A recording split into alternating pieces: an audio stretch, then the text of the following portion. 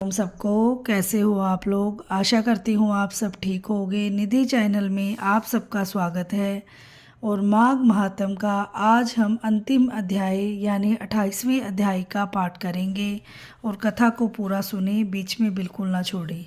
तो वीडियो को like, channel को सब्सक्राइब करना ना भूलें और हो सके तो एक शेयर कर दें, क्योंकि आपके लाइक सब्सक्राइब से बहुत ज़्यादा हिम्मत मिलती है।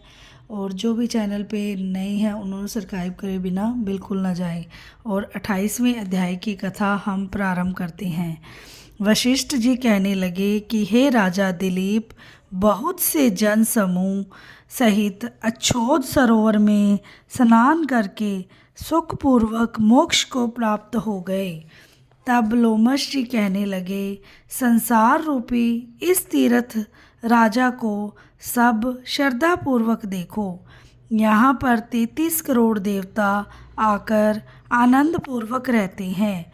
यह अक्षय वट है जिसकी जड़ें पाताल तक गई है। और मार्कंडेय ऋषि प्रलय के समय जिन भगवान के मुख में रहते हैं वह भगवान इसी अक्षय वट का श्रेय लेते हैं। यही शिवजी की प्रिय भगवती भगीरथी है जिसकी सिद्ध लोग सेवा करते हैं। यह गंगा स्वर्ग के हेतु पताका है। इसका जल के पीने मात्र से ही मनुष्य मुक्त हो जाता है। हे मुनि, सभी प्राणी इस नदी को यमुना से मिली हुई पाते हैं। इसका संगम बड़े पुण्य से प्राप्त होता है।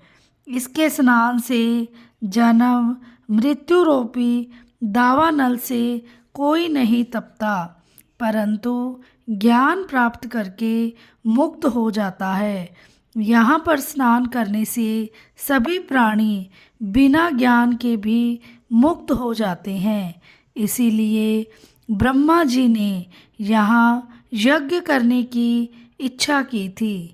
इसी संगम में भगवान विष्णु ने स्त्री प्राप्ति की इच्छा से स्नान करके लक्ष्मी जी को प्राप्त किया। यहाँ पर त्रिशूलधारी शिवजी ने त्रिपुरदैत्य को मारा था। और प्राचीन काल में उर्वशी स्वर्ग से गिरी थी तथा स्वर्ग पाने की इच्छा से यहाँ पर ही स्नान करने से नहुष कुल के राजा ययाति ने वंशधर पुत्र प्राप्त किया। यहाँ पर इंद्र ने प्राचीन काल में धन की इच्छा से स्नान किया था और माया से कुबेर के सब धन को प्राप्त कर लिया था। प्राचीन काल में नारायण तथा नर के हजारों वर्ष तक प्रयाग में निराहार रहकर उत्तम धर्म किया था। यहाँ पर जेगाश्यव्य सन्यासी ने महादेव जी जैसी शक्ति वाले से विजय पाई थी तथा अणिमा आदि योग के अति दुर्लभ ऐश्वर्य प्राप्त किए थे। इसी क्षेत्र में तपस्या करके श्री भारद्वाज सप्त ऋषियों ने में सम्मिलित हुए, जिन्होंने भी यहाँ स्नान किया। सबको स्वर्ग की प्राप्ति हुई। इसीलिए हमारे विचार से तुम त्रिवेणी में स्नान करो। इस स्नान से पहले किए हुए तुम्हारे सब पाप नाश हो जाएंगे और संपूर्ण वैभव को प्राप्त हो जाओगे। ऋषि के इस प्रकार के सत्य वचन सुनकर त्रिवेणी में स्नान करने से सबकी पिशाचता नष्ट हो गई।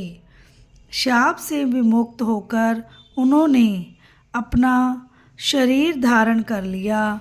वेद निधि ने अपनी संतान को देखकर प्रसन्नचित्त होकर लोमश जी को संतुष्ट किया और कहा कि आपके अनुग्रह से ही यह श्राप से विमुक्त हुए। अब आप इन बालकों के योग्य धर्म को कहिए। लोमश जी ने कहा कि इस युवा कुमार ने वेदों का अध्ययन समाप्त कर लिया है। इसीलिए इन कन्याओं के प्रीतिपूर्वक कर कमलों को ग्रहण करें। तब लोमश जी तथा अपने पिताजी की आज्ञा से इस ब्रह्मचारी ने 5 कन्याओं से विवाह किया। इन कन्या के सब मनोरथ पूर्ण हुए। जिसके घर में लिखा हुआ यह महात्म्य पूजा जाता है, वहाँ नारायण ही पूजे जाते हैं। पुष्कर तीर्थ में, प्रयाग में, गंगा सागर में, देवालय में, कुरुक्षेत्र में तथा विशेष करके काशी में इसका पाठ अवश्य करना चाहिए। पुष्कर तीर्थ में ग्रहण के अवसर पर इसके पाठ का दुगना फल मिलता है और मरने पर वैष्णव पद को प्राप्त होता है। बोलो श्री विष्णु भगवान की जय हो, शंकर भगवान की जय हो। आशा करती हूँ आपको मेरी कथा पसंद आई होगी। और कथा के अंत में हमें कीर्तन करना चाहिए और मुझसे कोई गलती हो तो मुझे क्षमा करना। चलो हम कीर्तन करते हैं। श्रीमन नारायण नारायण नारायण, भजमन नारायण नारायण नारायण, लक्ष्मी नारायण नारायण नारायण, जपमन नारायण नारायण नारायण, श्रीमन नारायण नारायण नारायण, भजमन नारायण नारायण नारायण, लक्ष्मी नारायण नारायण नारायण।